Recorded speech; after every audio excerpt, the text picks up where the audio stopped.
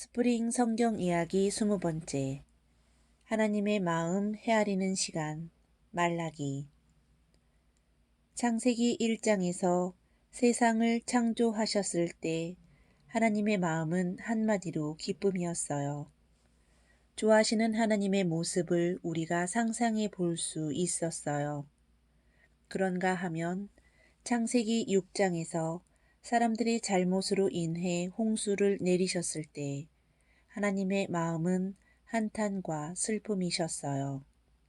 그리고 이스라엘 백성들이 하나님을 떠나 우상을 섬기고 하나님의 말씀을 듣지 않았을 때 하나님의 마음은 안타까움과 괴로움이셨을 거예요.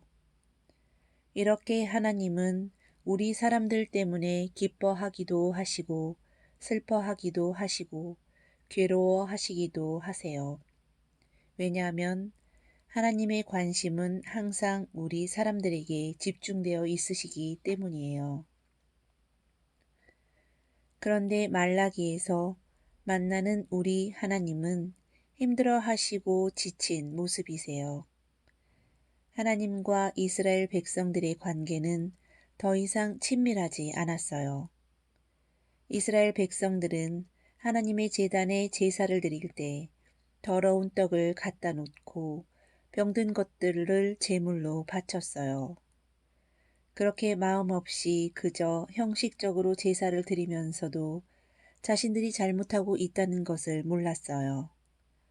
하나님의 거신 11조를 드리지도 않고 하나님을 두려워하지도 않았어요. 이러한 사람들의 큰 죄악으로 인해 사랑의 하나님은 지쳐 계셨어요. 우리 하나님은 노예였던 이스라엘 백성들을 애굽에서 건져내셔서 사막 가운데에서 만나와 메추라기로 배불리 먹이셨던 분이세요. 또 우리 하나님은 노비 문서에 기록되어 있었던 이스라엘 백성들의 이름을 보석에 기록하셨던 분이에요. 하나님을 떠나 우상을 섬기고 악행을 일삼는 이스라엘 백성들에게 끊임없이 선지자를 보내시고 돌아오라고 부탁하셨던 분도 바로 우리 하나님이셨어요. 그런데 지금 이스라엘 백성들은 지난 1500년 동안 한결같았던 하나님의 사랑을 몰라주고 있어요. 하나님이 먼저 말씀하셨어요. 나는 너희를 사랑한다. 그런데 이스라엘 백성들은 시큰둥하게 이렇게 되물어요. 주님께서 우리를 사랑하신 증거가 어디 있습니까? 지금까지 이스라엘 백성들을 향해 하나님이 베푸셨던 사랑은 한 번도 멈춘 적이 없었어요. 그런데 이스라엘 백성들의 이러한 태도에 하나님께서는 침묵의 시간을 갖기로 하셨어요.